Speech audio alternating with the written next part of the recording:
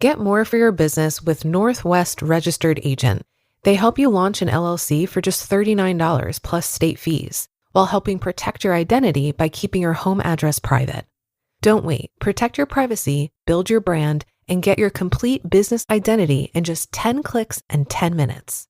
Visit northwestregisteredagent.com/paid-OFD and start building something amazing. Get more with Northwest Registered Agent at northwestregisteredagent.com/paid-OFD. Running a business online? Instantly build trust with your customers with a domain and matching professional email from GoDaddy so people know you mean business. And there's never been a better time. Visit godaddy.com/GD now and you can get a domain and professional email plan for just 99 cents a month for 1 year. That's a little price for a lot of credibility. Choose the domain that's right for you and a professional email to match. Go to godaddy.com/GD now and look legit. That's godaddy.com/GD now. New customer purchases only. Products auto-renew separately. See terms on site. This is Optimal Finance Daily, How to Create Sustainable Money Habits, Part 2 by Liz of FrugalWoods.com. Make money management simple. For the most part, being good with your money means being simple with your money. Only buy stuff you need and live below your means. Avoid buying things you can't afford or don't need. Don't fall victim to lifestyle inflation. And save and invest your surplus money every month. Plan for the long term. That's pretty much it. But most of us get hung up on the whole avoid buying things you can't afford or don't need part. It's not something to feel guilty or embarrassed about. It's just something to be aware of. Find ways to change your behavior and your routines to enable you to simplify how you manage your money. You might need to start going to a different grocery store, one that doesn't tempt you with their colorful displays. I'm looking at you, Trader Joe's. You might need to avoid going to your favorite shop where you always find the perfect dress or cardigan or pair of flats. If you don't know it's there, you can't buy it. You might need to unsubscribe from sale and promotional emails that tempt you to shop online. If you can't click it, you can't buy it. You can also play tricks on yourself, such as a game I like to call Go Places Without Any Money. When we lived in the city, Mr. FrugalWoods and I used to leave our cash and credit cards at home when we went on strolls around town.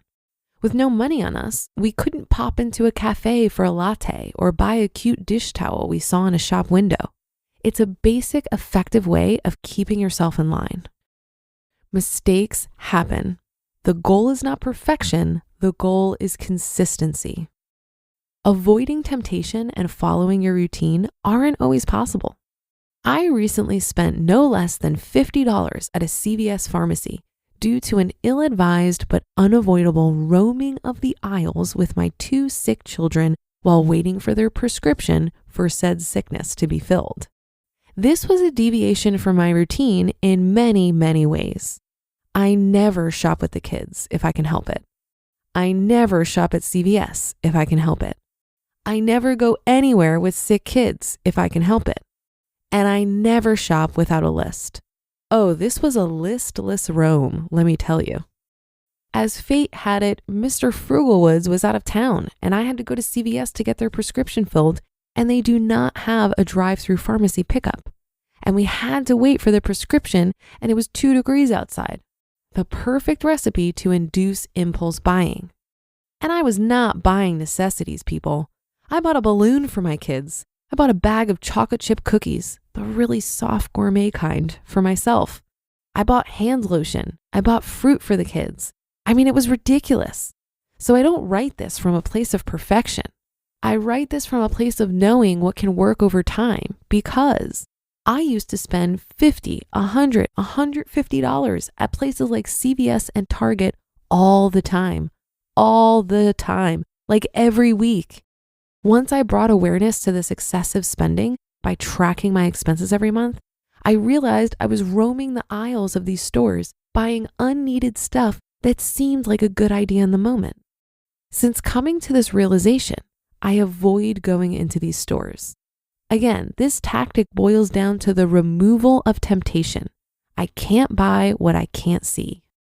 Frugality and wise money management aren't about doing things right all the time. Rather, they're about setting up guardrails and guidelines around your money that are easy for you to follow most of the time. When you do break a rule you've set for yourself, notice it, acknowledge it, readjust your habits and routines as needed, and move on. We're not going for perfect here. We're going for consistent and easy to follow. Clarify and declutter. Clarify your priorities. Spend money on things related to those priorities and eliminate spending that's counter to those priorities. Declutter your home and your mind. Pare down what you own and what you think you need. Pare down what matters so that you can identify and work towards what matters most. If everything is important, then nothing is important. Similarly, if your house is overrun with stuff, you might as well own nothing because you can't find anything for all the mess. My reasons for not buying stuff aren't solely related to saving money. They're also related to a desire to not own too much stuff, a desire to reduce my carbon footprint, a desire to eat healthy foods, a desire to model non-excessive consumption for my kids, and more. Slice away at your spending and your possessions to let the best rise to the top. Do away with everything that's an unnecessary distraction and reap the benefits of lowered spending, decreased stress, and more time, space, and peace. Summary. Know your priorities and goals. Set clear rules for your money and follow them. Aim for consistency, not perfection. Avoid paralysis by analysis. Don't drive yourself crazy debating purchases. Instead, rely on the guidelines you've set for yourself until those guidelines become automatic and habitual.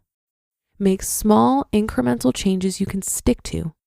Simplify, clarify, and declutter your priorities, your mind, your physical surroundings. Let the important stuff rise to the top and eliminate everything else. And managing your money well is ultimately about creating habits that work, habits that stick, habits that are easy to follow that make you proud of yourself. You just listened to part 2 of the post titled How to Create Sustainable Money Habits by Liz of FrugalWoods.com. I don't like paying rent, and I bet you don't either, but Built makes it feel a little better. Built is the loyalty program for renters that rewards you for your biggest monthly expense, rent. With Built, every rent payment earns you points that can be used towards flights, hotels, Lyft rides, Amazon.com purchases, and so much more. And when you pay rent through Built, you unlock access to exclusive benefits from a network of more than 45,000 merchants. You just link your credit cards, spend at your favorite local spots, and you can earn Built points on top of your regular card rewards. Built points were actually ranked the most valuable point currency by the Points Guy. Personally, I'd redeem my points towards travel, booking a long weekend somewhere sunny. Paying rent is simply better with Built. Join the loyalty program for renters at joinbuilt.com/OFD. That's JOINBILT.com/OFD. Use that URL so they know that we sent you. Introducing your new Dell PC, powered by the Intel Core Ultra processor.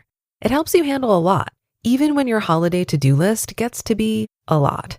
Because it's built with all-day battery, plus powerful AI features that help you do it all with ease. From editing images, to drafting emails, to summarizing large documents, to multitasking. So you can organize your holiday shopping, and make custom holiday decor, and search for great holiday deals, and respond to holiday requests, and customer questions, and customers requesting custom things, and plan the perfect holiday dinner for vegans, vegetarians, pescatarians, and Uncle Mike's carnivore diet. Luckily, you can get a PC that helps you do it all faster, so you can get it all done. That's the power of a Dell PC with Intel inside, backed by Dell's price match guarantee.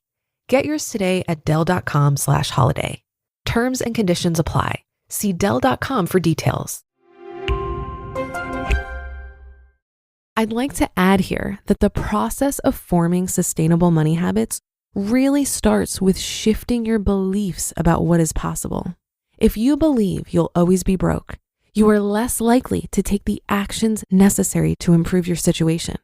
But if you see it as fixable, you're empowered to take action.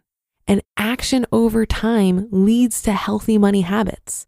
And healthy money habits over time create financial independence realities. The phrase thoughts become things sounds so woo-woo, I know.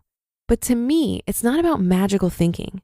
There seems to be a clear process as to how thoughts become things. Your thoughts manifest as the words you say to yourself and to other people. And when you say these words enough times, they solidify as beliefs. I think you need to truly believe something on a deep level in order to take confident, consistent action. So when it comes to your finances, if you don't truly believe that the little thing you waste money on every day is going to make that much of a difference to your finances, you may be able to use willpower for a little while to resist, but you'll likely not make a long-term change. Same thing with your ability to increase your income. You first need to be able to visualize it and believe it's possible.